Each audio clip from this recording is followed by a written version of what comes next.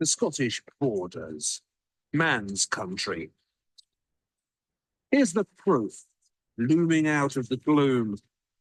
A gorgeous tower of muscular Scottish stonework that any Inca would be proud of.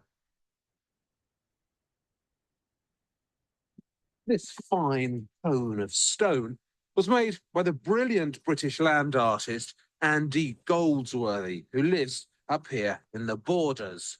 I'm supposed to be meeting up with him tomorrow to make a new piece somewhere out here.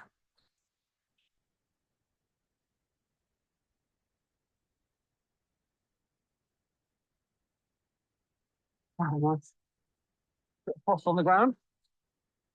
Dave's remarkably long. You must have extra thick skin on the bottom of your feet. No. I love the cold. I can work anywhere, and there are great landscapes everywhere. You know, any landscape it can offer me something to work in. The people here have shown a great tolerance and at times interest in what I do. And, you know, I don't work on my own fields either. I only have a 6-acre field in front of my house. I depend on their goodwill to some extent and their tolerance to allow me to work in these places. It doesn't bother you that no one ever sees, or very few people ever see, this part of your work, the real part, the core. You may think this is a fairly isolated, secluded spot. Probably more people visit here than after studio. At any time, a group of hikers, walkers, farmers can walk by me. And unlike in a studio, they can ask you what you're doing and come down and, you know, and examine it. So the intention with work like this is that I really don't know what I'm going to do. It's about looking and learning and seeing and responding to the day, the materials, and trying to understand a little bit of that day, that material, that place, that moment. Well, I'm here to help you. Once I decide what I'm doing, you maybe actually you can bring those couple of branches there that I just picked up. Okay. I can't even see it.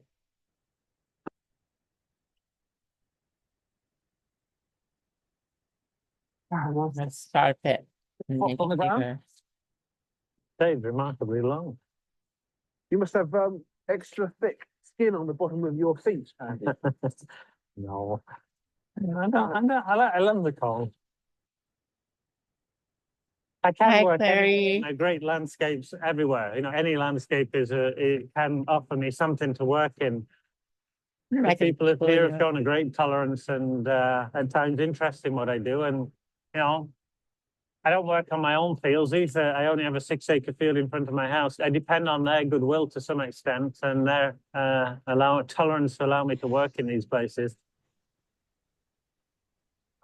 It doesn't bother you that no one ever sees, or very few people ever see, this part of your work, the real part, the core. You may think this is a fairly isolated, secluded spot. Probably more people visit here than artist studios. And at any time, a group of hikers, walkers, farmers can walk by me. And unlike in a studio, they can ask you what you're doing and come down and, you know, and examine it. So the intention with work like this is that I really don't know what I'm going to do. It's about looking and learning and seeing and responding to the day, the materials, and trying to understand a little bit of that day, that material, that place, that moment. Well, I'm here to help you. Once I decide what I'm doing, you maybe actually you can bring those couple of branches there that I just picked up.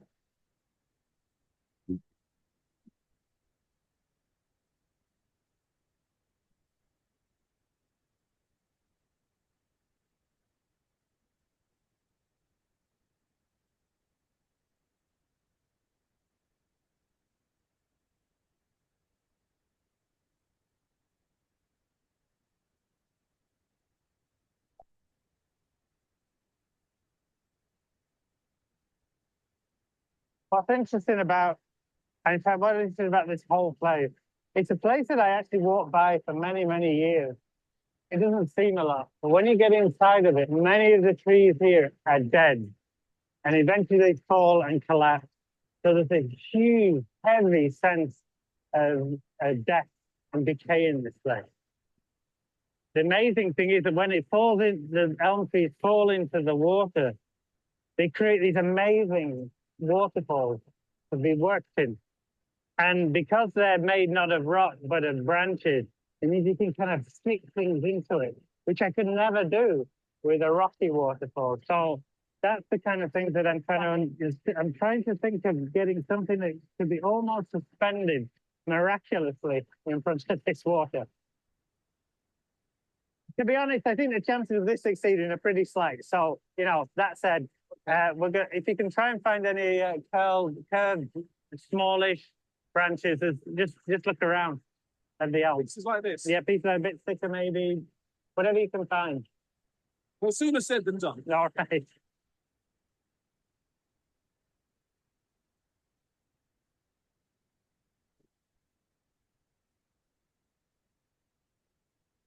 It is driven fundamentally by intuition. This part of my work, you know, this is the food, this is the nourishment, this is what gives and feeds all the other things that I do in exhibitions, permanent works, outdoor installations, whatever. This is like the source. Oh, wow. I need both. That's you, isn't it? Marvelous. Terrific. That's what particularly Great. good. Just popping down there. Look at that. Can you find any more? You want some more? Yeah. Right. Okay.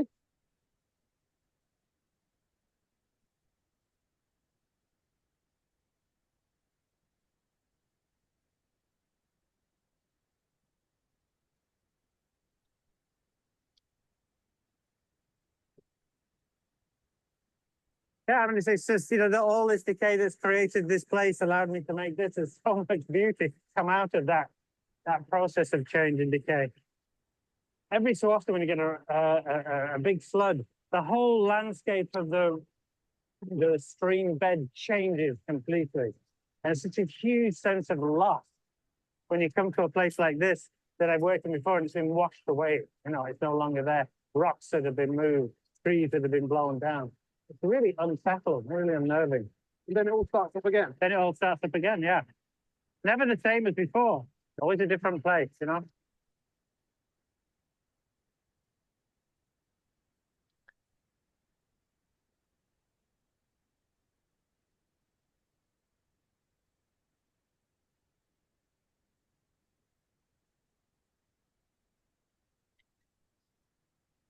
Good one, isn't it? I bet you're pleased with that, Andy. Yeah, I am actually.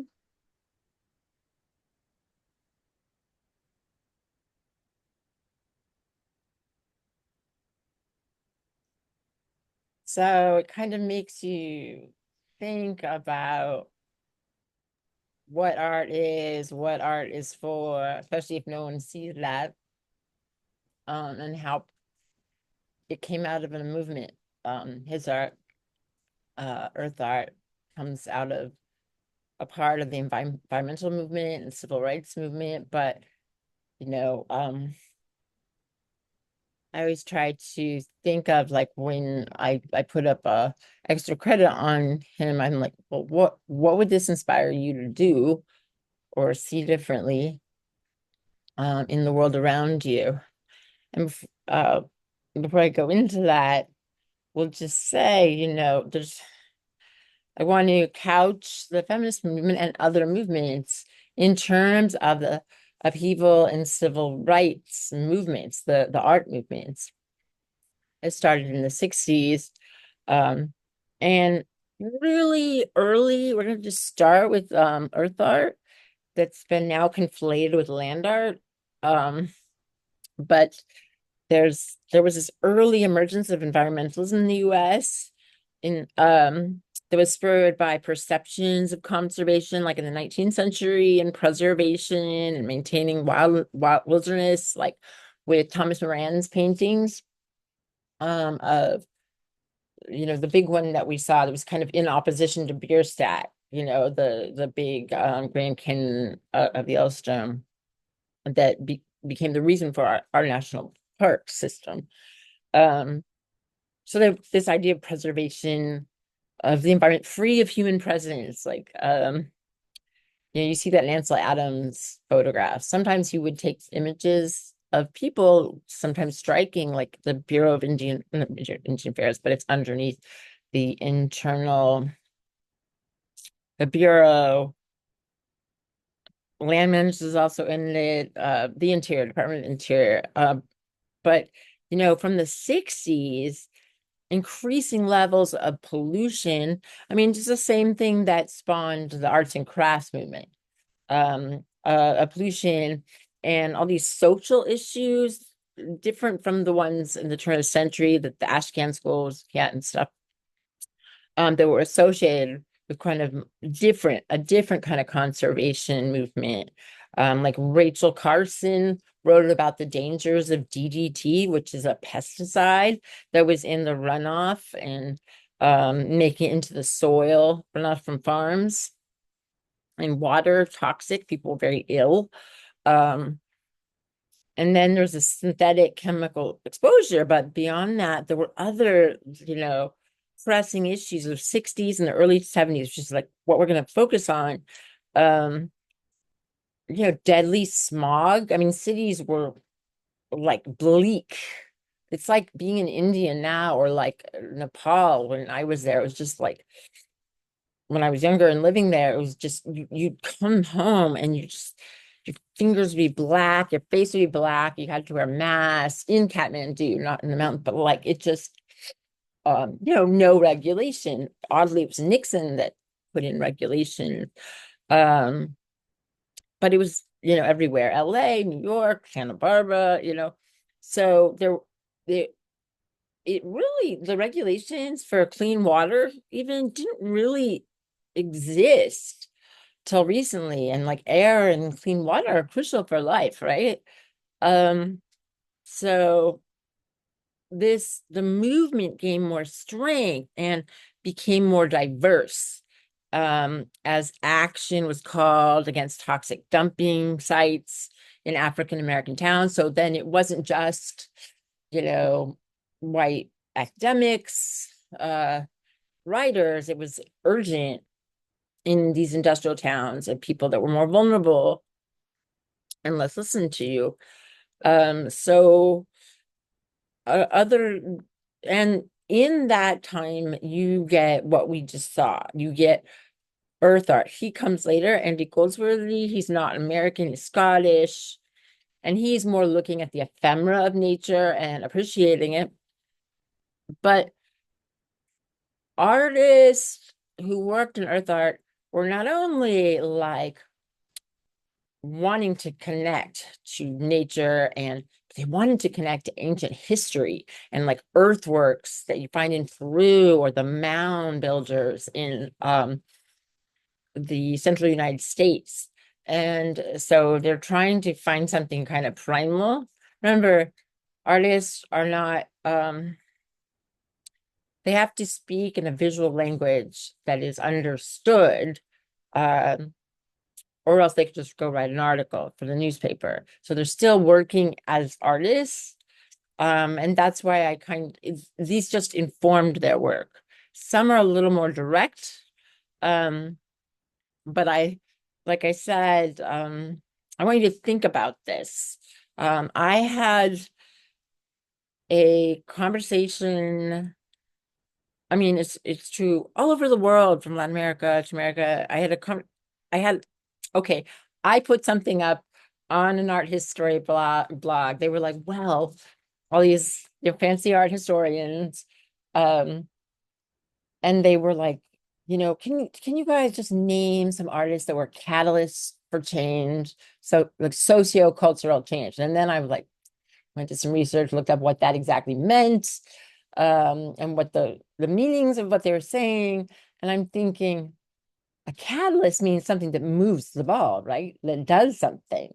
So I have a question for you guys to think about that with art. Can it really be a catalyst? Like what, or is it, in some cases, do we see it? So, I mean, I have a theory evolving of it, and maybe we could all write a paper and we could submit it to Hyperallergic or something. But for now, let me just share the PowerPoint when I can find it. Share and tell me if I can. How many slides are you seeing? One. Okay, that was good. So the influences behind the earth art that we see, right, environmental movement is concern and spotlighting of the environment. And entropy is another kind of trendy theory at the time. It comes from physics, but it's just the idea in which things degrade and turn back to the earth. It's considered inevitable. And in physics, it's like this kind of turn into chaos. So this, it's another way of saying decaying elegantly, But, you got the anti-war movement, you got the civil rights of various types, the Indian movement, the the women's movement, the African American civil rights movement. People are taking stock of things, and artists really gravitated to this idea, and it's motivated for activist artists, environmental, because they have to accept the idea of impermanence. And impermanence goes in the flying face against art that can be commodified, that can be packaged for product, for profit, like commodification, put on a shelf, adding more. So, and another thing, they're looking at earthworks as building bridges to understanding ancient world traditions. But they were supposed to kind of go back to the earth and allow for decay. And you see that with Andy Goldsworthy, you see that with Robert Smithin, but then Michael Heiser, not so much. So it's interesting to me. Up until that point, art is really about being sold and entering the marketplace for most Western artists, or before that, being sold to the church or the king. So these guys are like, what are we going to do? We're going to look at non-Western influences, the Nazca Desert of Peru that were done thousands of years ago, like thousands BC. And so you kind of they found these mystical and inspiring. These are the Nazca lines. By the way, not to go too deep into it, but the Nazca lines were not known about until late in the 20th century, when a female pilot flew over them. And no one knows quite how they made something that they couldn't see, but I'm sure it relates to shamanism and animism, which is everything has spirits. But usually they work from what is around, like the stones, the water, the soil, the gravel. And this one is kind of built on that. It kind of looks like an ancient spiral or hurricane, some kind of natural form. But this is Robert Smithson Spiral Jetty, which is in place called, I think it's Roselle Point Peninsula I've been there. It's in the Great Salt Lake. And if you think about it, that spiral shape, golden mean galaxies, crystals, is found in nature. But he made it by dumping like 7,000 tons of local rocks and dirt into the lake. But again, it's seen above, it gives a very different feel from what it looks like on the ground, this kind of immobile cyclone. And so earthwork like these enter the natural world and participate in its changes. You can see, in a period of drought, it was very low. And then once the water came up, it was like, oh no, this is actually a period of drought. So it's so low that, by the way, for 30 years, it was submerged. And he tried to fix it, but that would be against entropy, and that'd be against the whole premise. And he was talked down, artists and their ego. But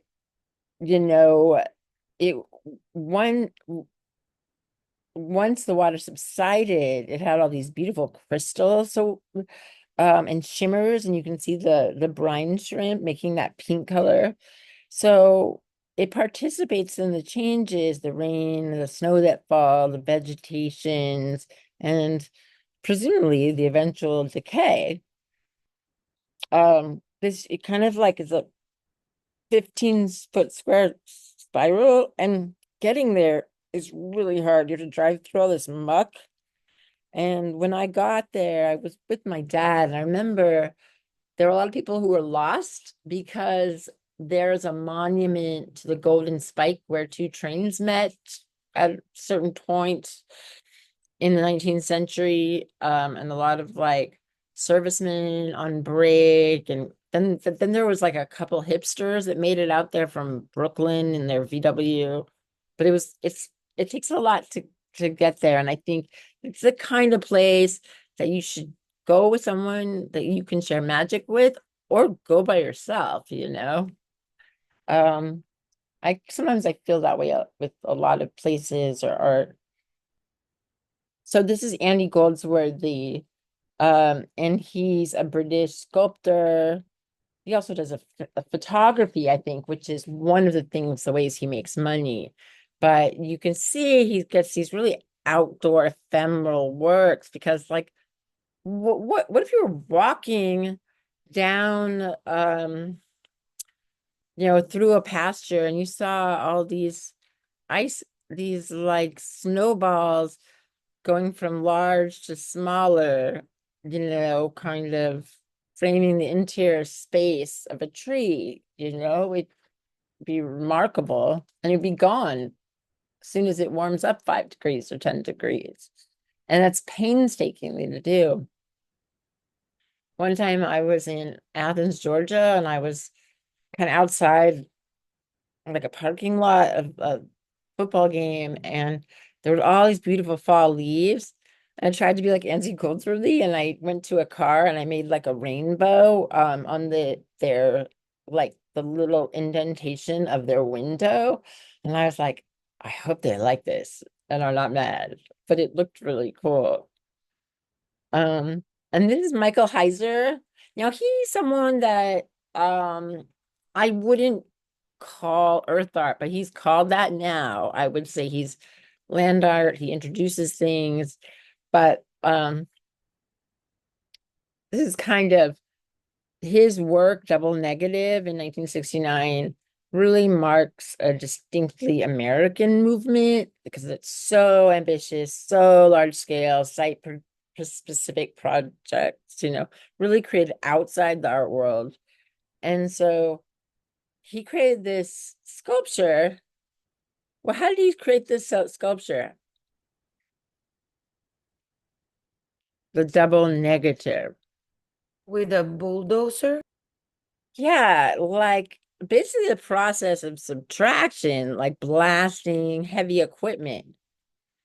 Um, I don't know how he got, I wonder how he got the permission, but he basically made these two enormous trenches in what's called the Morin Mesa in southeast Nevada.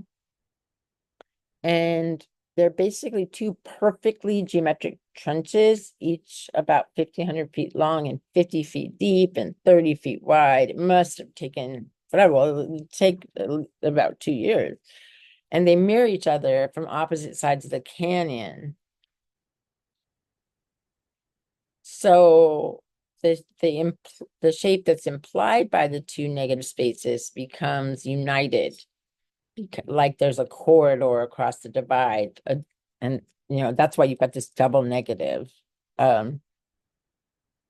So I don't know, what would you guys feel to experience something like that? It's hard to reproduce in a photograph. Feel like you have to walk it and you have to look over it and look down upon it. Definitely. It's not very environmental. Me too. I would like to know if there was a controversy about it. I think it would be really striking and physically amazing. But just like this one, I think it's about mass and scale. You know, this is a huge boulder. It's a lot bigger than it looks. I mean, been it's like a billion years old, and they had to levitate mass. They had to close down. There's a whole video on it. They closed down the freeway. This is in 2012 in different parts to travel at night. Imagine closing the freeway in Los Angeles, coming from the desert where he found this rock. But it got great reviews. Have I seen it? I don't know. What do you think? What are some of the contrasts you guys see in it? Visual? Yeah, anything. Well, I think that to be able to put a piece like that in the highway, you also have to have really good connections, like know Yeah. people. Totally. And permissions and money and donors. I guess the contrast with the shapes, like this, That's a like good one, like the hard very, geometry versus the organic. yeah, like the very jagged lines with like the rock contrasting with like the very straight perspective, linear Yeah, it's a perspective like total lines. linear perspective. And it's kind of reminds me of the Ed Ruscha we were just looking at. And apparently, and Alexia sent me a video that Ed Ruscha or a version of that Standard Oil just sold for, was it $54 million? It was something insane, but one thing to note is when these pieces go on auction, the artist does not get that price. He might have sold that originally for like, $1,000 or $2,000. And that's certainly true for the most expensive David Hockney that recently was sold called A Portrait of an Artist. But anyway, it's also that scale, the hugely monumental over human. And to me, what gets me, this is at Los Angeles County Museum of Art, is that the mass, it's huge and the mass, and it just seems to be barely perched on. Look at that wonderful shadow it creates, like a frame. But it's on the San Andreas Fault. That is a fault that runs up Baja California, up through Southern California. It's an earthquake fault. It's a big earthquake fault. And that just feels like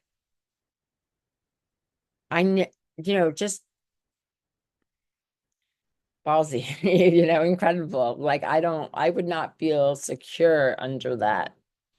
But it has to be, and just looking at that, like, are you secure? We're out of museums. We have to trust this. So I just want to do a pre-feminist. It's called proto-feminist. So proto is pre. So this is Louise Bourgeois. She's saying here, I need to make things. The physical interaction with the medium has a curative effect. I need the physical acting out. I need to have these objects exist in relationship to my body. And so she's one whose biography is important to know. She does not walk away from it, and using biography is very important in feminist work and certainly affected art going forward. So her mother and her father were very different from each other.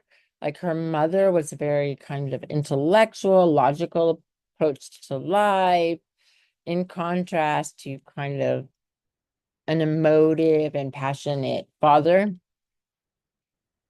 So I think these opposing forces are a theme of her later work. Maybe it's like, like I said with Eva Hess, it's like she's working things out. Although she does it in some ways there's a little more whimsy. So her double-headed sculptures kind of suggest a sense of separate forces, like her parents, relentlessly attached together. And so just like we'll see Carrie James Marshall, Bruce Nauman has always been hard for me to like grapple with. Or Maya Lin, who did the Vietnam Memorial. The artists like those, and there are many, address the idea of identity by questioning commonly held assumptions about stereotypes, self-awareness, portraiture, what it means to be an artist.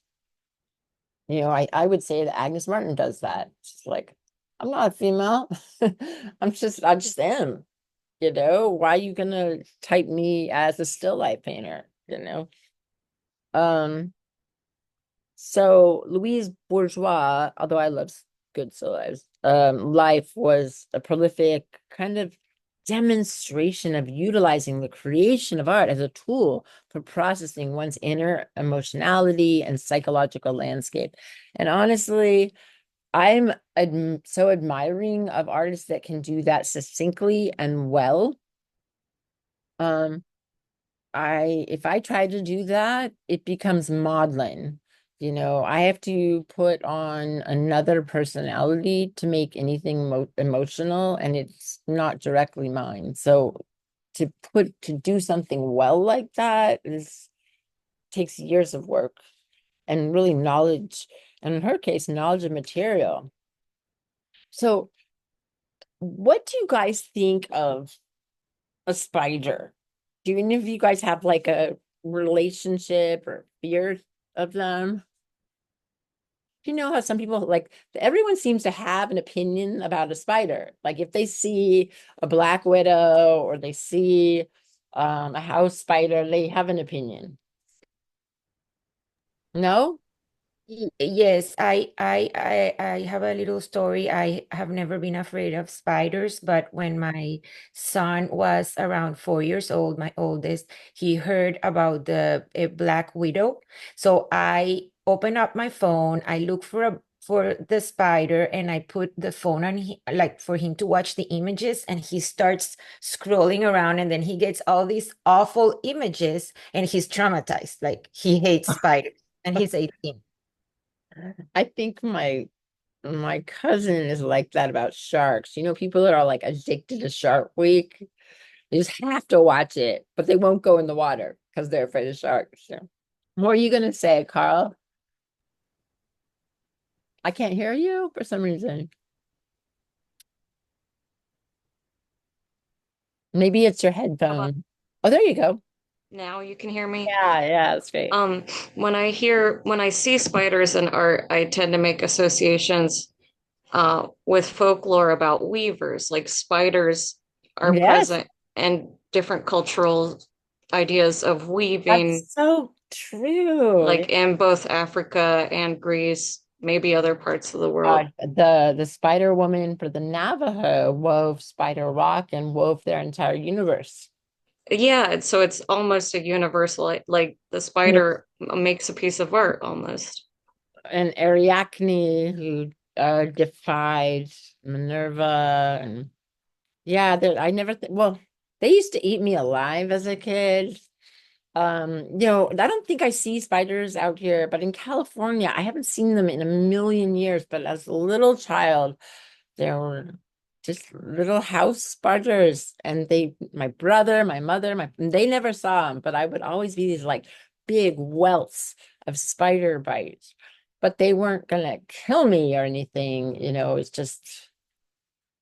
But I noticed the other day a little girl was that I tend, you know, was just terrified. And we had to I did what Alexia was doing. Let's look it up. Let's look it up. I think it's the right impulse to do is like confront it, see what it is, check it out. But it's kind of like that image right there, which is at the Guggenheim Bilbao. Um, it's kind of like it's a creature that escaped from a dream. You know, there's like a dream and you were there and this huge spider was there. It's like things look normal and then there's just a giant spider. It's like an embodiment of like Alexia Son's like childhood fear, a secret fear. It's like the giant spider. And I love, again, always look at the shadows of some of these modern sculptures, how it extends the space. But I think it casts a powerful physical and psychological shadow. It's over 30 feet high. Um, it was late in her life, very late in her life. I think it was one of her most ambitious undertakings, you know. So she had a career that lasted over 60 years, and she's always looking into emotion further and more passionately than any other artist at that time. And so if you're looking at that and it's kind of just this like really spindly like legs that are like carefully kind of almost they look like they're almost coming your way, you know, it's the psyche, you know, it's universal, but it's also deeply personal with, you know, references to maybe a painful childhood memory of an unfaithful father, but then a mother who's loving, but she's also complicit in it. She goes along with it. So I found a quote for this, and it says, the spider is my mom, I guess my mother, and she said is an ode to my mother. She is French, you know, she's born in France and moved to the United States. She was my best friend. Like a spider, my mother was a weaver, like Carl said. Like spiders, my mother was very clever. Spiders are friendly. Do you think she did research about spiders for this? They're friendly presences that eat mosquitoes. We know that mosquitoes spread diseases and are therefore unwanted. So spiders are helpful and protective, just like my mother. In this work, the spider is larger than life and carries a sack containing 17 gray and white marble eggs, which she protects within a steel cage like body, balancing on long and slender legs. You know, this kind of massive piece really can only be installed outdoors, and I think that makes sense because of what it is. And I think when it's big and large, it evokes awe and fear, but it also makes you small and vulnerable, like the child she's kind of referencing of herself. So it's about her mother, but it's also small. And so she made spiders ranging from like a 4-inch brooch to my mom. And the earliest spiders are found in 2 drawings from 1947. And she kind of worked most on this theme at the end of her life in the 1990s. So, you know, it was kind of like Proust, who was consumed with memories of his mother in childhood in remembrance of things past. Well, you could definitely make an argument that there is such a similarity there. So this piece, I love this piece. It's like this female twist. You know, she uses the twist and the female form together. I guess for her it's autobiographical because I have her biography. She says, "This is a twist. As a child, after washing tapestries in the river, I would turn and twist and wring them. Later, I would dream of my father's mistress. I would do it in my dreams by wringing her neck. The spiral, I love the spiral. It represents control and freedom. So this kind of symbolism is not what I originally would have thought of looking at that. I think it, you know, when I think of a twist, I think of like ice cream. So you could kind of tell that subconscious dream state, and how these subconscious minds inform her work is very much an influence of surrealism on her work. I also think she liked female dolls as well and female body, so that's also an influence. She did like that. So I just thought this was interesting.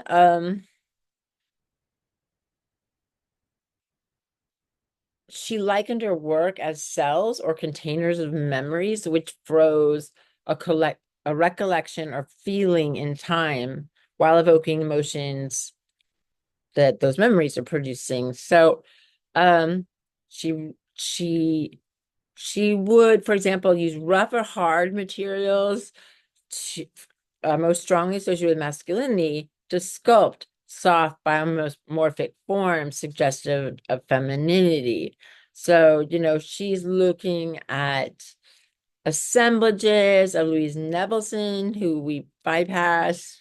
And of course, she goes on to influence feminist inspired work and installation art. Not just Nevelson, she inspires as well, but the feminist artists, Linda Bankless, Judy Chicago's, they all have these kind of similar interests. I think hers is just kind of more beautifully said.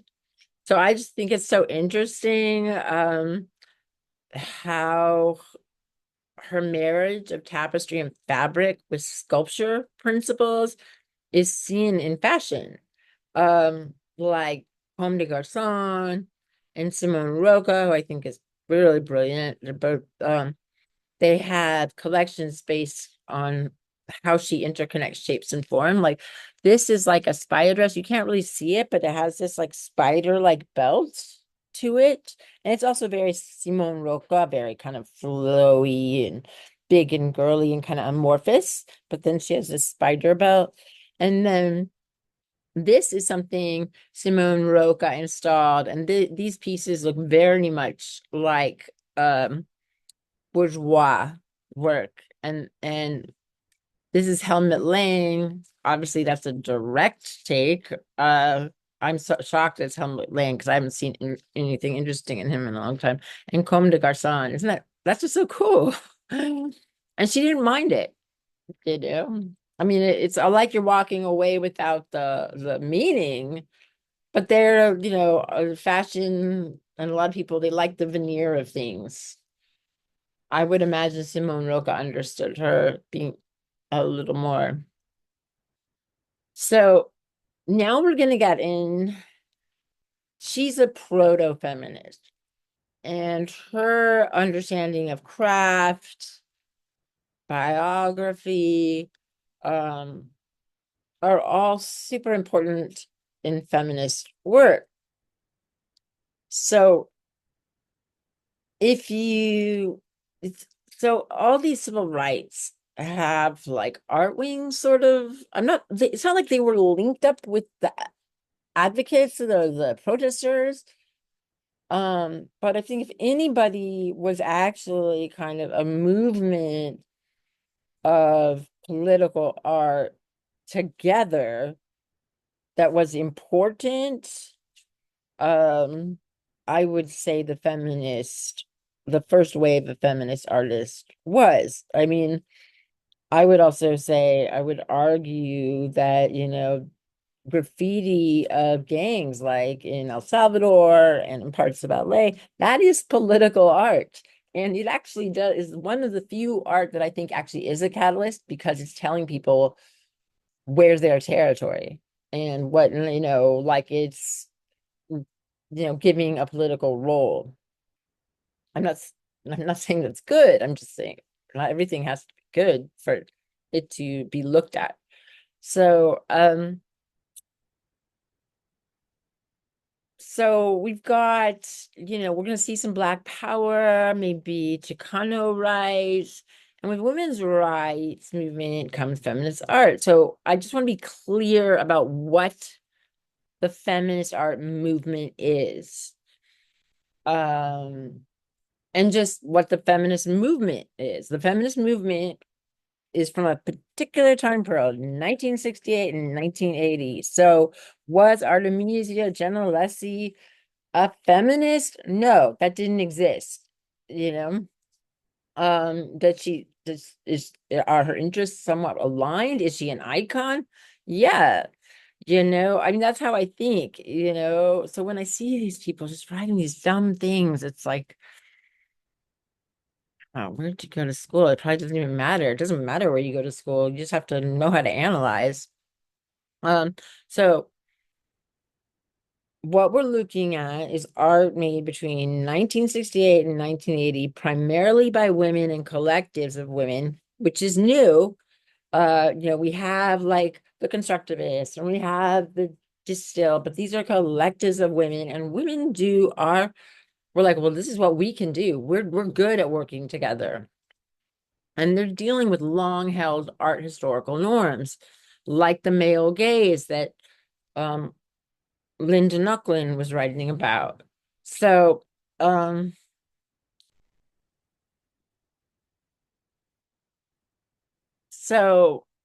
there are different concepts and styles, and I'm kind of broke things down. So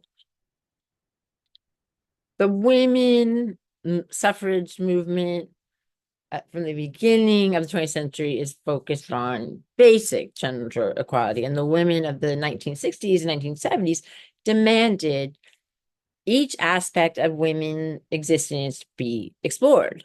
So sexuality, reproductive rights, domestic labor, official legal inequalities, domestic violence, marital rape. So, this feminine mystique, a book by Betty Friedan in 1963, was crucial to the rise of like this wave of feminism. There's also, if you want to call the suffrage movement the first wave, this would be the second, but it's the first wave because it called themselves feminists. And then, then there was a second wave. I think my group was a third wave feminist. Now we're on to the fourth wave.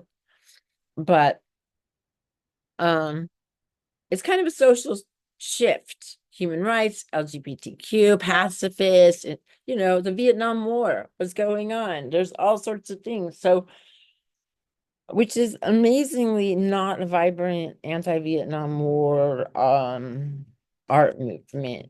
I would say film.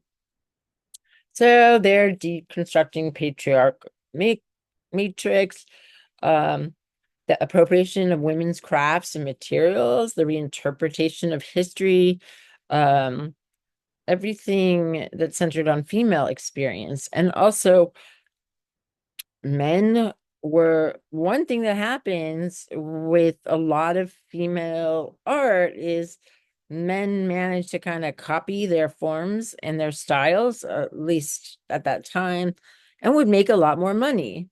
And that was a problem. So they start thinking of ways that they can't do that, they're gonna they want to leave the macho styles of abex and minimalism behind. And you have people like Miriam Shapiro expanding materials to like domestic craft and that were frowned on, so a lot, and that paved the way for other artists to use unfrowned on materials. And so many art, video art, performance art, installation art. There was this thing, what's a woman doing in the studio when she should be in the kitchen? So these are the things, video art, the use of craft and not being embarrassed by it, but elevating it, using collective collaboration, working together, using low art materials into high art. Now we've seen Picasso did it with collage and Duchamp did it, but they're doing it differently. The focus on domesticity and that role, and again, the use of biography and personal story. So most artists we think of as working solo, like feminist artists use the power of women working together collectively to create their art and support each other. I mean, for a pretty good period, for about 10 years, instead of this idea of this tortured genius. And so they even started something.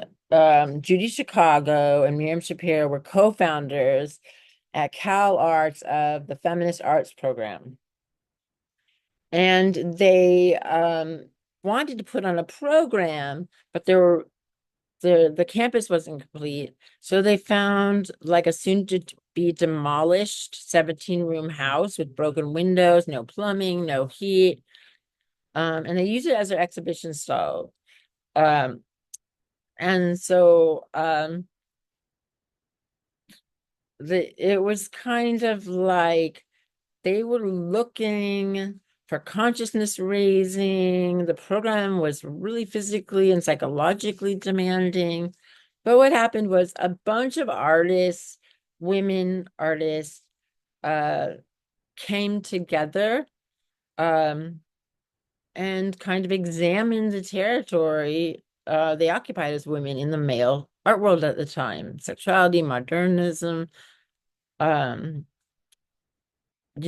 organized with an eye on gender and gender difference. So one of the things they did in Woman House was like verify this idea of male and modernity by displaying women's conventional roles and conventional experiences. And here they are together, not all of them, but most. Working together is considered a woman's trait, So they even this was their announcement. It was on doilies, which is even another nod to domesticity, kind of as opposed to relegating it, relegating women's work. So Miriam Shapiro made this kind of amazing thing, this kind of dollhouse. And she created this and sewed and created the wallpaper, created the interiors. She wanted to make it a statement of lives of women. It's full of metaphors. I mean, you see those shutters. So when closed, the house reveals nothing. The way a woman's public persona was supposed to convey well-trained compliance and little individuality. Yet, when access is granted to the interior, you've got a lot revealed about the personal interests and lifestyle. Like, growing up, female dolls were like, what is normally in a dollhouse? It's like take care of kids and cook. And so she include that, but there's a little more. There's opportunities like her to be glamorous. So but they're really talking about public-private lives, that it's a house within a house.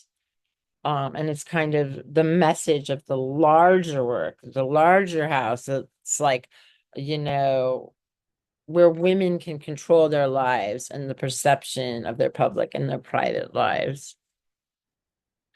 Here is a 22-year-old at the time, Karen Lecoq, who dressed as the aging courtesan from Cherie. That's a book by Colette. And she's in what she and her partner Nancy Edelman created, Leah's Room, a bedroom featuring a canopy bed dress and a dressing table and antique glass bottles. Like, we tried to make it beautiful, but super suffocating at the same time. So how would that be suffocating to have all these antique glass bottles and a canopy bed draped with lace?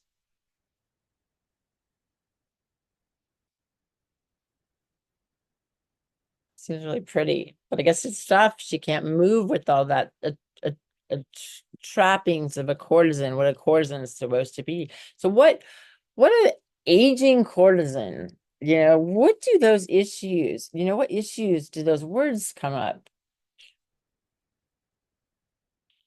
Bring up. I'm terrible. It could allude to sex work. Oh yeah, a courtesan is a prostitute, but like a high fancy one. But it's kind of like she's aging, so although it's like her opportunities are dwindling, and she's still doing this. There's some kind of pathos in this, emotional tone, maybe even sympathy.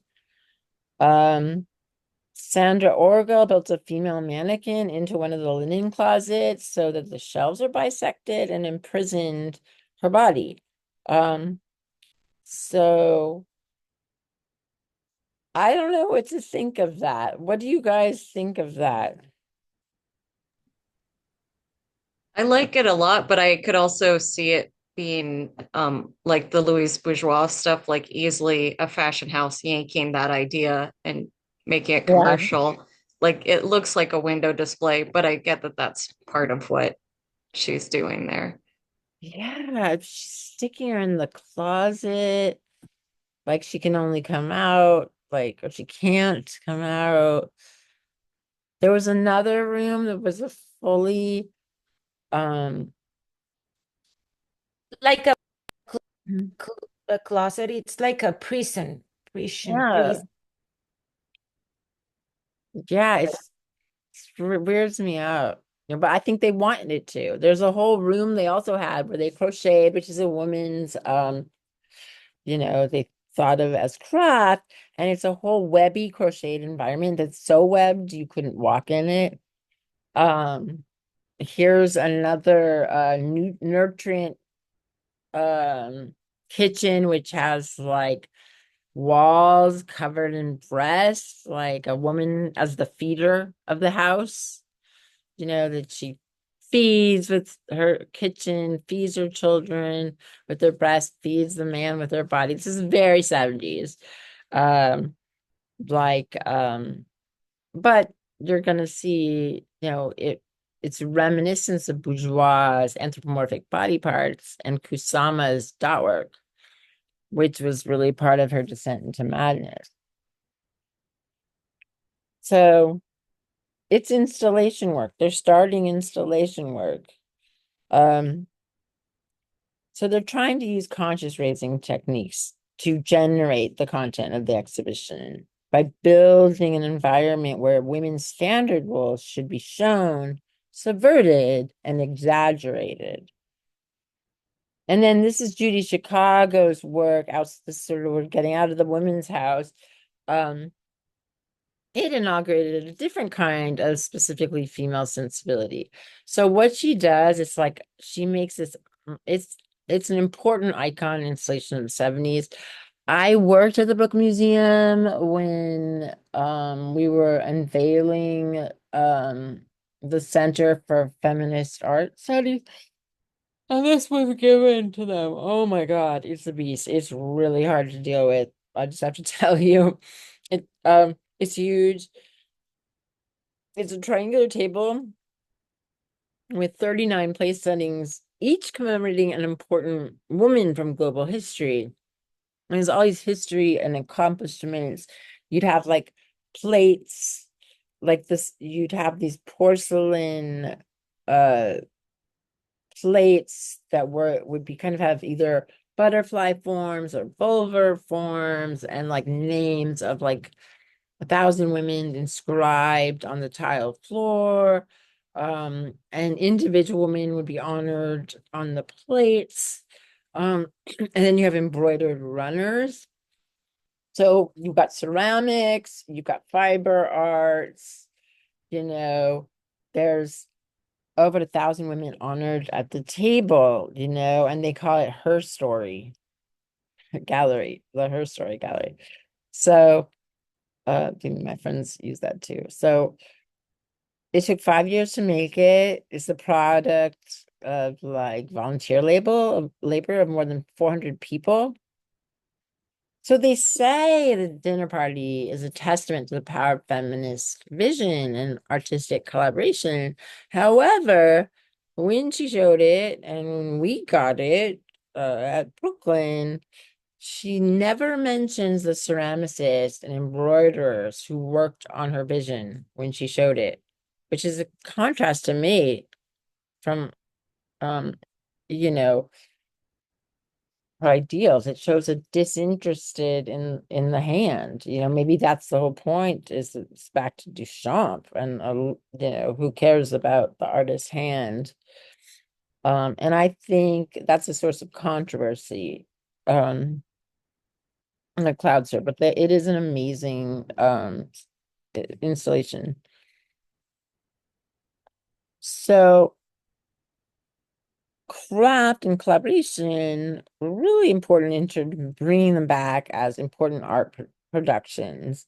And here we have Faith Ringgold. Now, she's actually known often as a painter and collagist, but she does here sewn fabric and embroidery. And, she would, there's a lot of handiwork was brought from ancestors from Africa, and family life with the dolls and meanings of these as votive offerings. Votive offerings, for those of you who take an ancient class, you place in a temple like a candle in a church, but you place it there so it will pray for you, or it'll bring you good offerings at the shrine. So I feel like a lot of the feminist artists bring weaving, hand paper making, and clay to, the idea of a new feminist way of teaching art, that they declared craft to be a legitimate art form equal to those promoted in the Eurocentric canon. Now, I think there's different ways to look at it. And here is Faith Ringgold's.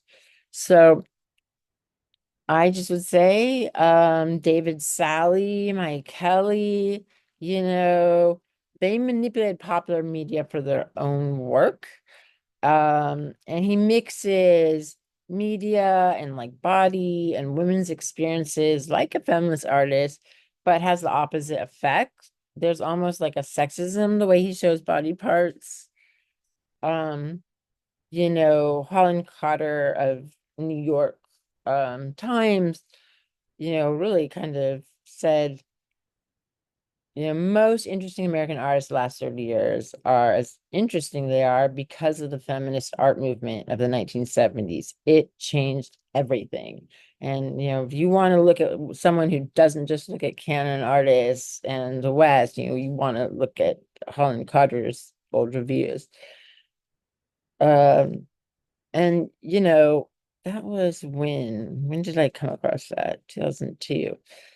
So this was a hugely important art movement. And, it still is, like just I want you to notice if you see reverberations in the art that we look at and other art, that you see and past art. So here's Mike Kelly, who utilized craft in a very same way inspired by feminist artists to great commercial success. He even admits it now. It took a while, but feminist artists resented this, he even studied with people who were involved in the Woman House. So he's gotten a lot of pushback lately, and it's only now, 30 years in, that he's acknowledging how he's taken these forms. And then there's just simple body art was also like the female body taking kind of control of the imagery.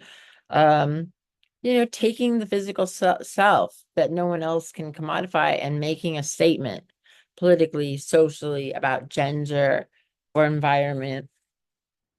So here's a woman, she's putting pucks on her body to de-objectify, to reclaim.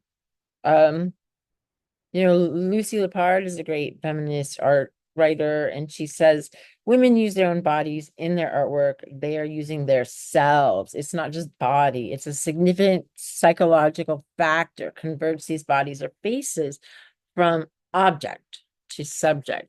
Remember, from male gaze, from naked to nude to awareness, like they're able to use themselves to question how society looks at them and political norms. And here is Anna Mendieta, and I secretly recorded this video of this performance, but you can't get it online, and I can't find it in my stuff. So I will try to find it. Cuban American, Cuban born, and she was an artist, sculptor, and really these are all stills from videos. And she has these kind of earth body artwork. To me, they really kind of, why can't that be a part of earthwork? Why can't her work be a part of it? Is she not natural? I mean, she used her blood and her own body in a performance, but it was more primal than violent to connect with nature and the audience. I think a lot of feminine artists, some to good degrees, some not so, felt that blood is an important symbol of life and fertility and directly connected to women's bodies. This is ancientness. So these are stills from her video performances. So one thing that she said that I thought was really interesting, she talks about intersectional conceptions, intersection where I'm like, white and Japanese. I'm both and, it's intersectional. So she says where race, gender, age, and class operate simultaneously. And Anna Mendieta said, as non-white women, our struggles are twofold. A very simple statement, which packs a lot. This is the Tree of Life series. This is Untitled. And this silhouette, I just think this is exploring blended emerging genres of performance art, body art, she unraveled her relationship to the earth and her femininity by creating these imprints of her naked body on the land in places that she found dear, Cuba, Mexico, Iowa, where she taught. Then she'd remove herself and then note the silhouette with colors or materials that would evoke these places. And they became very personal. So one thing I should say, remember when we were looking at Carl Andre? He's the guy that put the sculpture on the ground. He was her partner at the time she died. So she fell off a apartment window, and her fame was eclipsing his fame. I don't know. I'm sure in the end, I don't know, but it's very suspect that she would, people have said she was pushed. This isn't, important for art history, but it is kind of, it's always in my back of my mind when I see his work, even though his work is revolutionary. I mean, we can walk on it, which is why I didn't tell you when we were looking at it, because I didn't want you to not see it for what it was. But there's suspicion on how she died. There just is. I'm not a conspiracy theorist. But he was absolved. And so, you missed our Simone Roca and Comme des Garçons, Michael. So we're rounding it up. So for feminist artists, so what we're gonna see is performance. It becomes this a way to avoid copying of their ideas, right? If I do a performance and it's temporal, you can't. There's this whole pushback with earth art, with feminist art. You can't commodify me. So many men are ripping off my idea. I'm just gonna do a timepiece that can't be reproduced. Of course, men took that ball and ran with it. But a lot of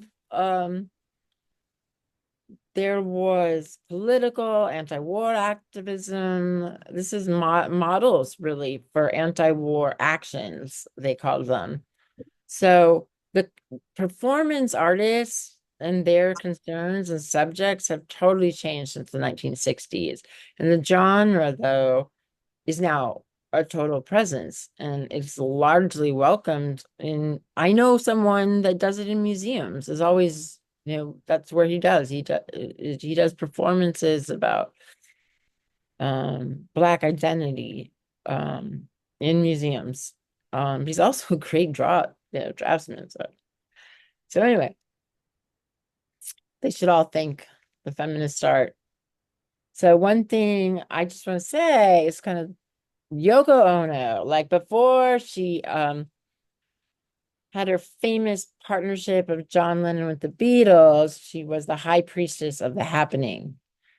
Actually, I was just reading, and just a pioneer, and she would draw from sources. Now, Rauschenberg did happenings in the 40s. Let's not forget. It's not all new because Dada had these kind of happenings, and she's also, though, influenced by Zen, a Japanese version of Chan Buddhism. So she rejects an idea that an artwork must be a material object. That's where you get art with no craft, is this idea of postmodernity. So this is called a cut piece, and she presents it in this Tokyo Art Center. And so she was, a huge deal at the time. And so she wore one of her best suits and out on the stage holding a pair of scissors. And she would invite audience members to come and cut a piece of the clothing using the scissors. And I just can't imagine what that, for a reserved, Japanese audience, what it took for them to getting involved. But Yoko Ono, the artist, remained still and silent until she was down only to her underwear. And what do you think your response would be for that? Watching that, just her silent there.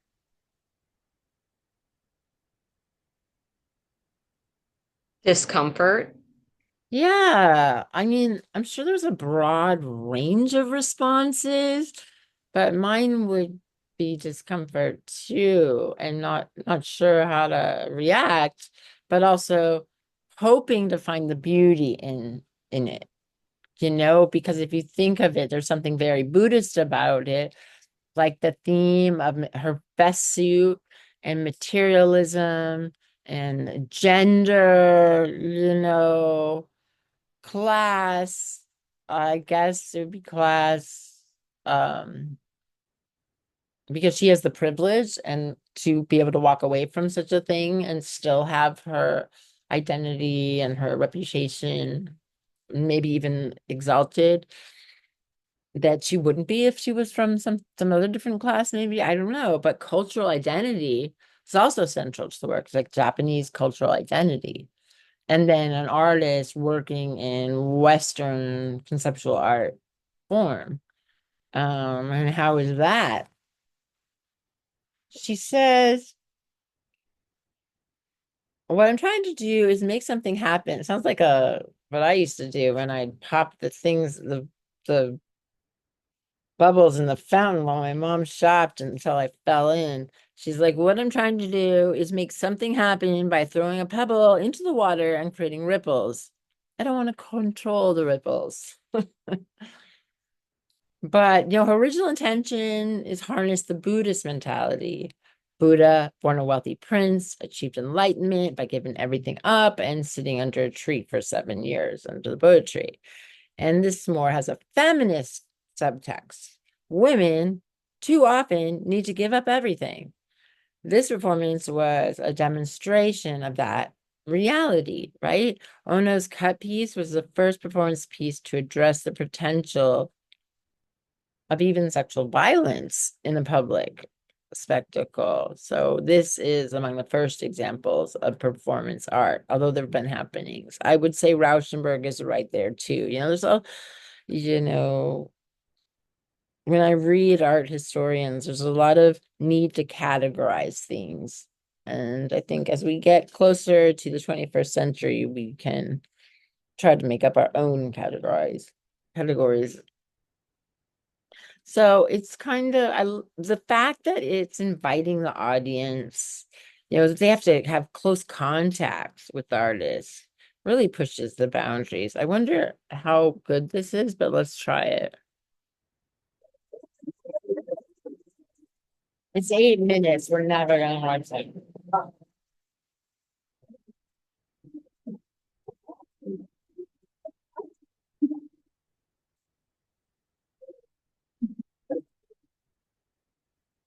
Oh my God.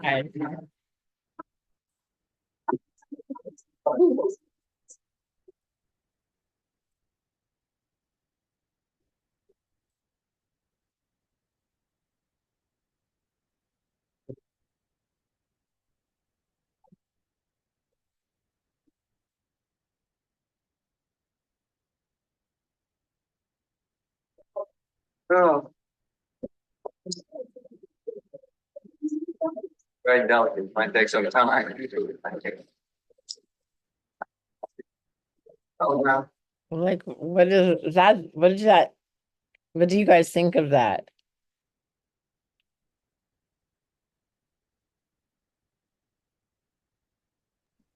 Like, I mean, cool. I'm yeah. think that too, but I'm also like, when I think of the concepts, it's not a light comment on Buddhism that's anti-materialism. It's like, wait, women are forced to do this, forced to give up. So it's really crossing and mixing metaphors. Um, Yeah. sorry.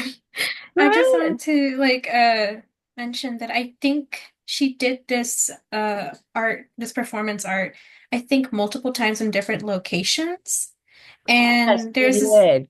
This is the first, but yeah, yeah, she did. and I remember like this like observation of like the different ways like how different cultures and how much or how eager or hesitant they were with cutting a piece of the fabric for That's clothing. really interesting that you say that. I would like to see more, but I was interested. This takes place in Tokyo, and it was a lot of European and Americans like going up that were in the audience. Somehow they were the first to get up there. There were some that weren't, there were some Japanese, but it just felt like the most kind of comfortable were these like skinny white dudes, coming up there.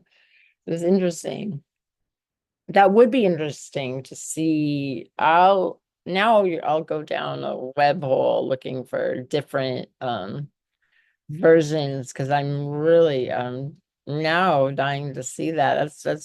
That'd be brilliant. So this is just Laurie and not just it's Laurie Anderson duet on ice.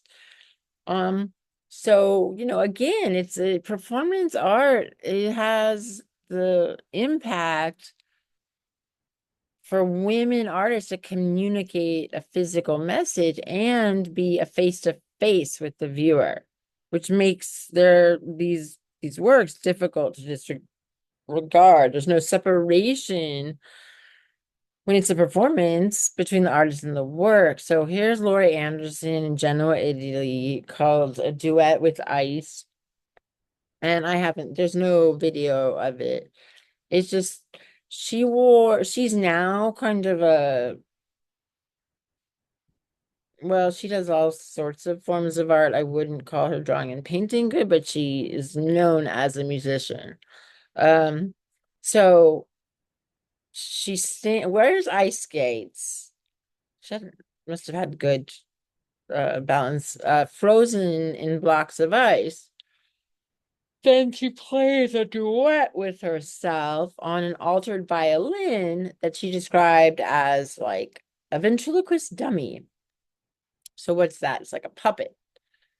And she replaces the bow hair with pre-recorded audio tape and the strings with the tape head. So the duet was her playing her own recording. So as soon as the ice melted, the blades clanked on the pavement and the concert came to like a sudden wobbly halt. And in between, she said, I talked about the parallels between skating and playing violin, blades over a surface, and about balancing, what it means to play a duet with yourself. So she did several autobiographical performances where she sang a narrative, autobiographical narrative as well. Very cool. Someone's recreated it, but I don't see it. So I'm just gonna quickly say this is Carolee Schneemann. This was a performance. This was very confronting.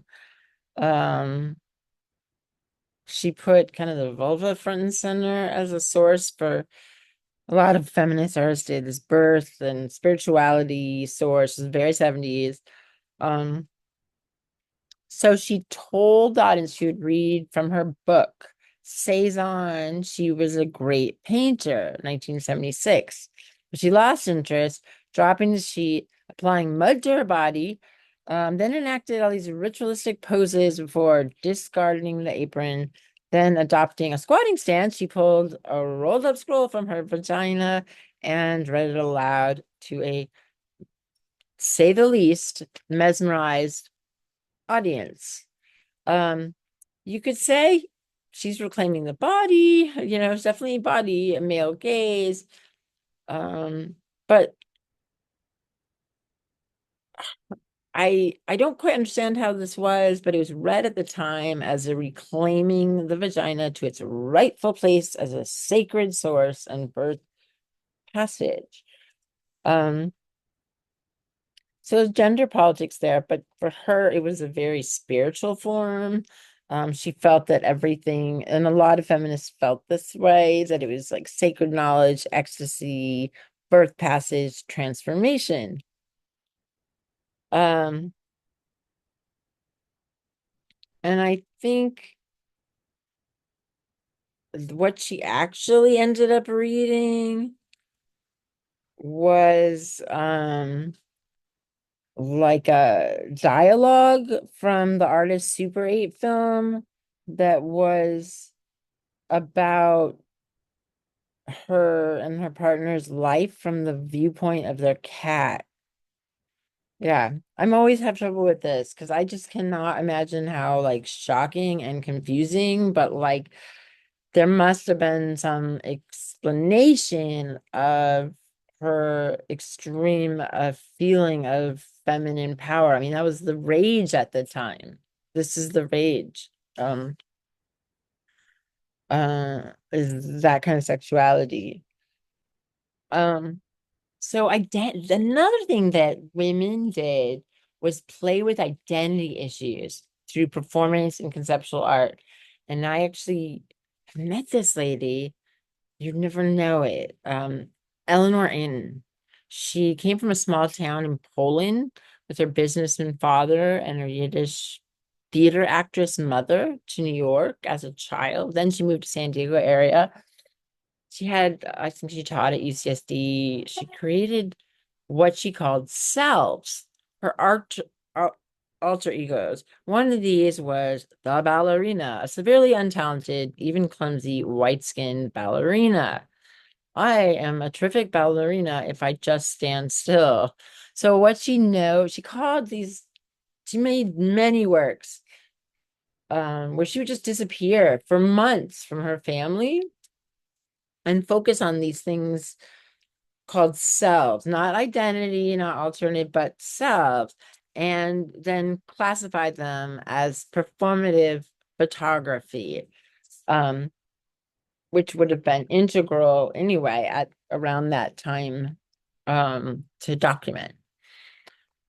So she did do video later, and I think she's still doing video now, but I thought this one was really interesting. She associates with poets and theater makers and was in drama, so that gave her a lot of humor and confidence and depth to her alter egos. And one of her salves was this guy, the king of Solana Beach. And I think she's interested in defining limits or finding out what they were of of herself, you know. How much can she push sex or gender, age, talent, time, and space? You know, limitations, she called, on my freedom of choice. She would, like, I know people that knew her, and she would just like turn into this ex-European leader. Solana Beach, by the way, is a surf town in San Diego, but she had designed that he was exiled from his own country. Sometimes he'd be walking with a Pomeranian.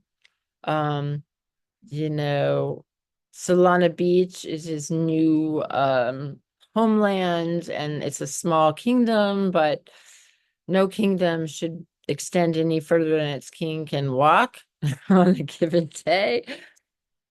It was just like she had an accent. It was like old world charm, but really,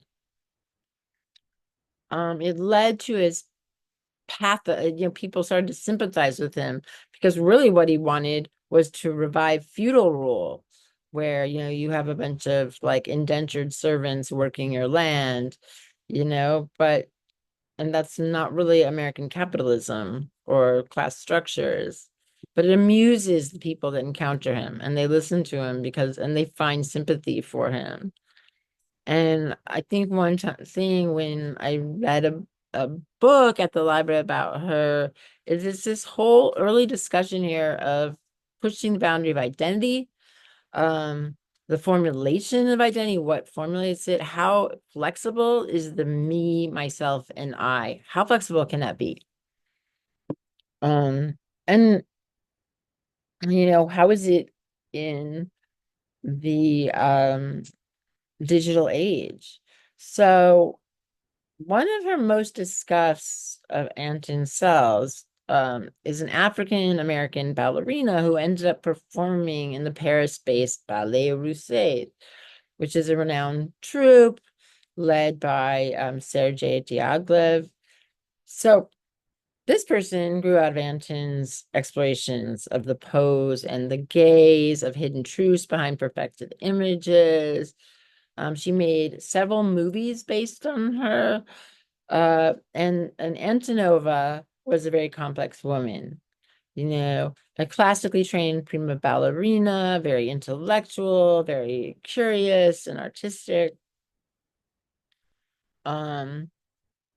And she even had like a book she made of her own autobiography, My Life with the Ballet Russes. But that she was always cast in exotic roles because of her dark complexion.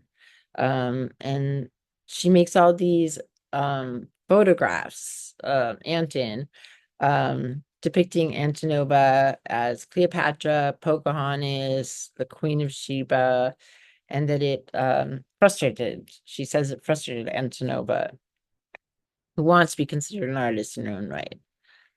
So, just looking at that, what's problematic? Why could that not necessarily be done today?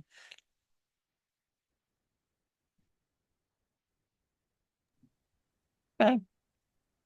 So she goes into the ballet and she makes this film called From the Archives of Modern Art. And Antonova has taken many forms over the years, primarily embodied by Anton, sometimes with makeup on, darker skin, sometimes not. And there was like a new performance done about her recently that was directed by Anton with an African American actress who embodied her. I think this be it. No, this is Anton. But I think 21st century viewers would just reflexively cringe at early depictions of Antonova as a white woman in blackface. In the 1980s, then. Even someone wrote, a critic, or published an essay, or an activist, that those were racist. But some scholars are more nuanced. Um, you know, just saying the scandal of Antonova is that this creature so devastatingly elaborates the play of fantasy and projection that remains crucial to the construction of race, though it emerges most credibly as a political project when it takes the form of historical record. So I guess, she put it out there. She was examining race and art history and ballet. And she was trying to do it from a sympathetic thing. And it was also kind of makes me think how early on, aside for, say, Faith Ringgold, a lot of feminists and the feminist movement, the actual feminist movement, was a white women's movement, a white upper class women's movement, like Ms. Magazine and all that. And they weren't answering the questions that women of color cared about the most. And so that came with the second wave and third wave, and there was a blinder spot of their own privilege. And then we're going to do this and a video, and then we're done. So postmodern artist, conceptual photography, Cindy Sherman. So I want you guys to think about identity here and give me your thoughts. We had this one artist. What about Cindy Sherman, who is very much postmodern, mixing things, mixing identities, and certainly was very influenced by Anton, very influenced, and says so. And by Eleanor Anton. And she takes up media, interrogates this long before social media, also in photographs. But she is someone who turns the camera on herself as muse. She uses photography to explore identity in a different way than like developing these characters. I would say Eleanor Anton's was more developed and richer and focused, because she would disappear into these selves and go away for months and months and months and just do her thing.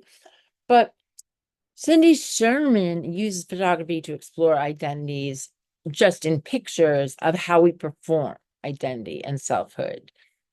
And maybe a little feminism. She's considered second wave. So here she is in her series where she recreates these vague, untitled stills from films. Like this is from Hitchcock, and she literally disappears into these roles. Like they don't have any commentary. Unlike in, there's no commentary. It's left for you to piece out. And early critics called her work dress up, but what she was doing is far greater. So before this series, Sherman was just another photographer hiding behind the lens, observing, choosing subjects based on what she thought others might like. Then one day, she steps into her own frame, considers herself worthy. What kind of person is this, you guys? Like, where are we? What does that look? For me, it's kind of dreamy. Like she's like dreaming of a boyfriend. Like it's some kind of 50s movie or something. And then what could this be?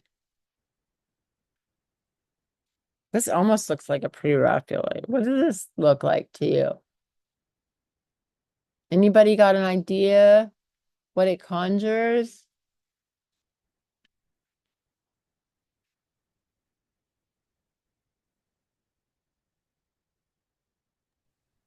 And the makeup looks like a silent film era actor. Ooh, I like that. It totally looks like a silent film. Then she's got obviously the Italian, the juniper, the pinon trees, cypress, like she's got a vista, like in some silent film, like maybe a film of the Decameron. Yeah, there's something kind of romantic, and yes, the dress and the makeup looks very much like one of the classic silent film stars. Okay, you're on a roll, Carl. I got you for the next one. What the heck?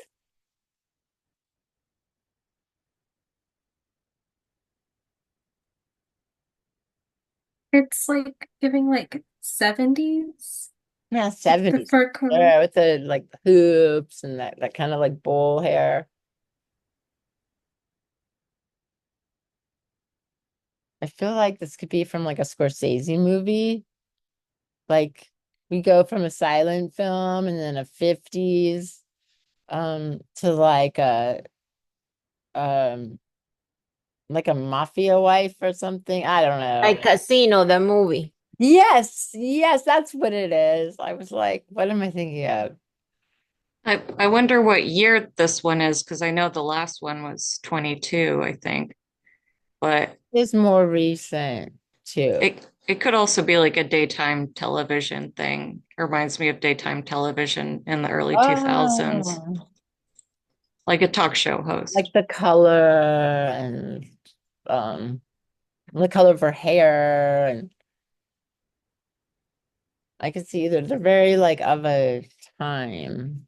Like, the fur makes me think, she's looking the other way as her husband makes money in the mafia or something. Okay, so all of these, the top was early, so that would be in the 80s, 70s or 80s. 70s, the top. Um, she's not afraid to, I did read an article where she was complaining about gaining weight, like most of the article. And I don't know, it was the pandemic, but I was like, what? Like, but it turned out, when you think about it, she's her only model, I guess. So, I think, I would have thought in some ways she embraced the process.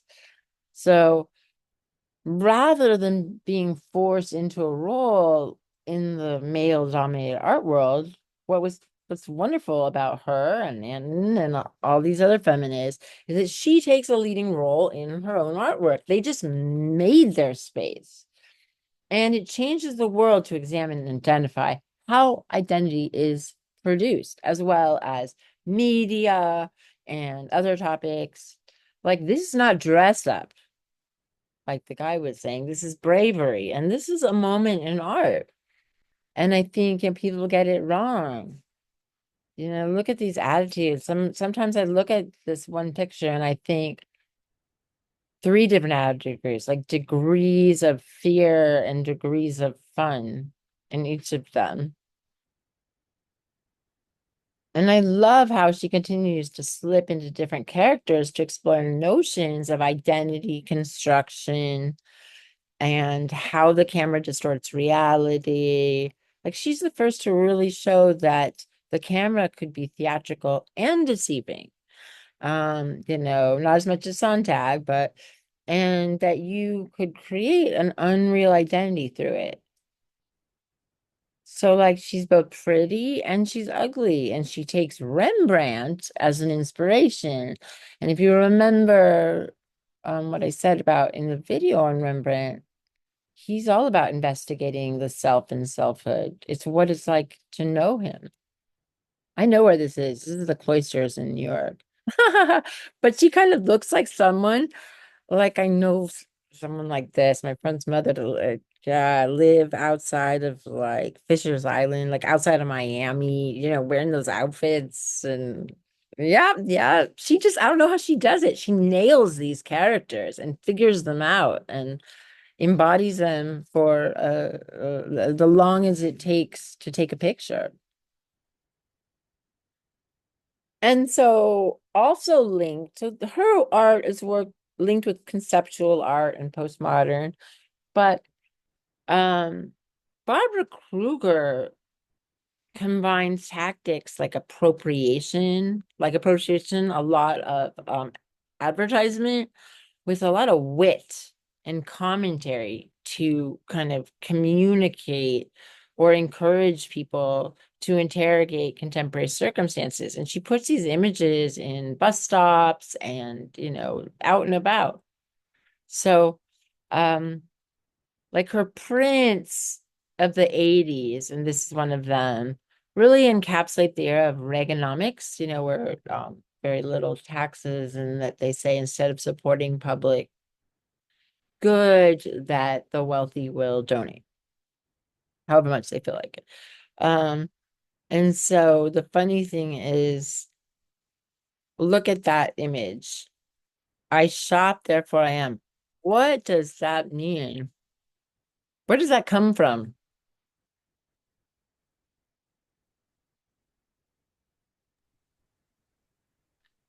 Consumerism. Yeah, it comes from Reaganomics. But I shop, therefore I am is also I can't a philosopher's statement that says I think, therefore I am. So she's kind of changing that, and kind of ironically adopting that phrase and adapting it to the mall generation who goes and shops every weekend.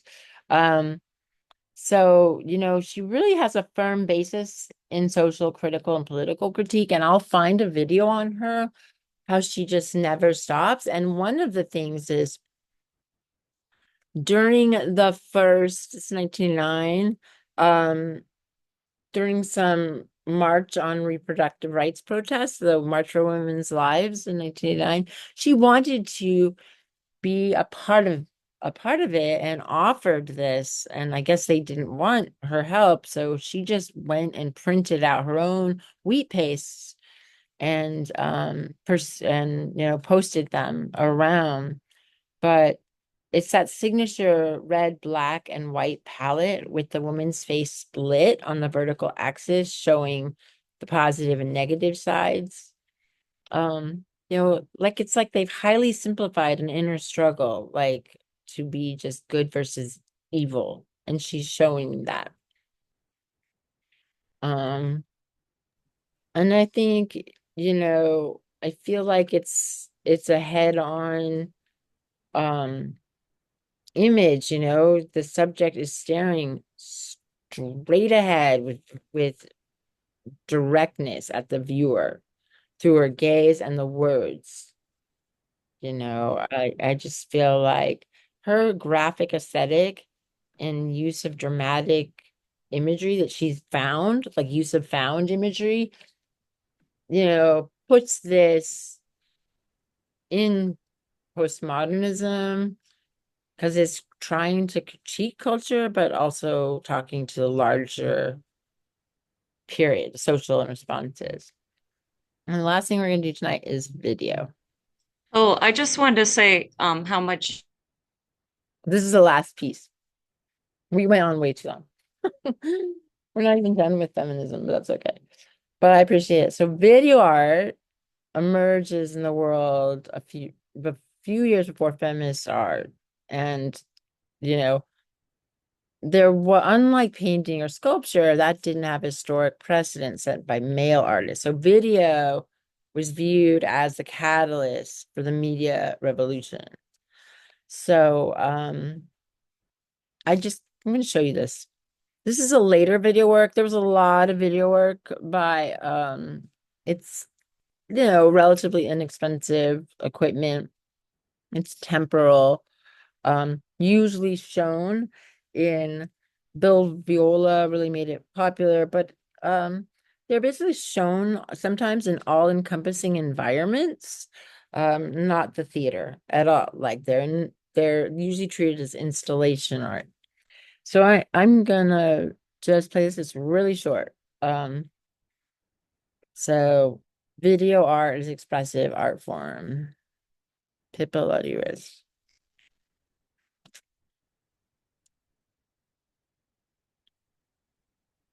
Okay, that's the installation in Germany. And I want to ask you, what's happening here? How is she dressed? What are the parts? What's the use of the flower? Also think of it, she's an artist acting in a world in Germany and Austria that were full of really important male German painters that kind of ran the show. Even now, you look up female German painters, their prices are way below the men's. Okay.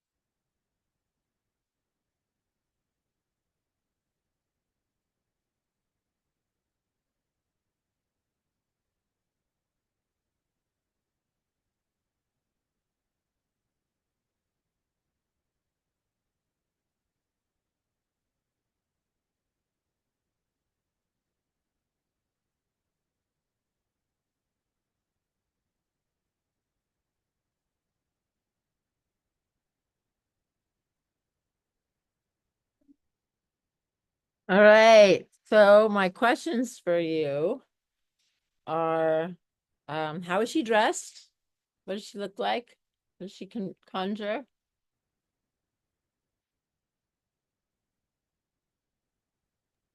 Really? Ruby slippers? Yeah, she has a blue dress with red slippers. Ruby slippers, like innocent Dorothy, like image of innocence. But what contradicts that image of innocence? The violent actions done Yeah, with what like breaking the car windows. yeah, she's just breaking car windows and smiling the whole time. So like she's breaking them with what object? A flower. Yeah, and that actually comes from a very, very famous, the first expressionist cinema, which is 1944, Maya Deren, and it's super psychological. She repeats a flower. She repeats a flower here. And Beyonce up and steals the idea and has no meaning. But what do you think she's saying when she's breaking with the flower? What, what's in stress so delicate? What kind of challenge is that? Yeah, yes, I was wondering when I saw that it was a flower, what was the fiber of the of the flower? I They was don't thinking want you to know. They want you to think she's really doing it with like a real flower, like in the fields. Like the other channel, the other film is like a field of flowers. But the flower is a repetition. It's the sense of things as like the passive female that does the duties. Um, and there's also, when you look at this, there's a lot of senses of things being off. And that comes from Maya Deren's Meshes of an Afternoon, which is full of such symbolism. That's a very influential short expressionist film, but it is not really known.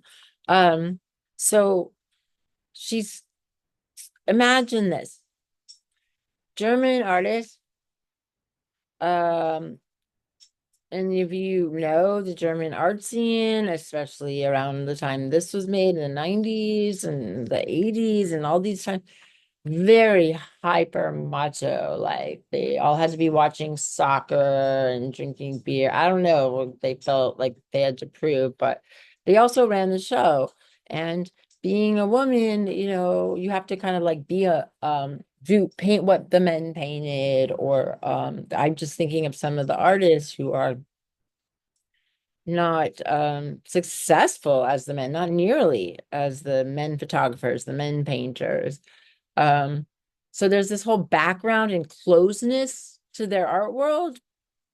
And here she is making a video, and what is she using her femininity to do? I mean, is she subverting it, like pretending it's not there, and she's one of the club? What is she doing?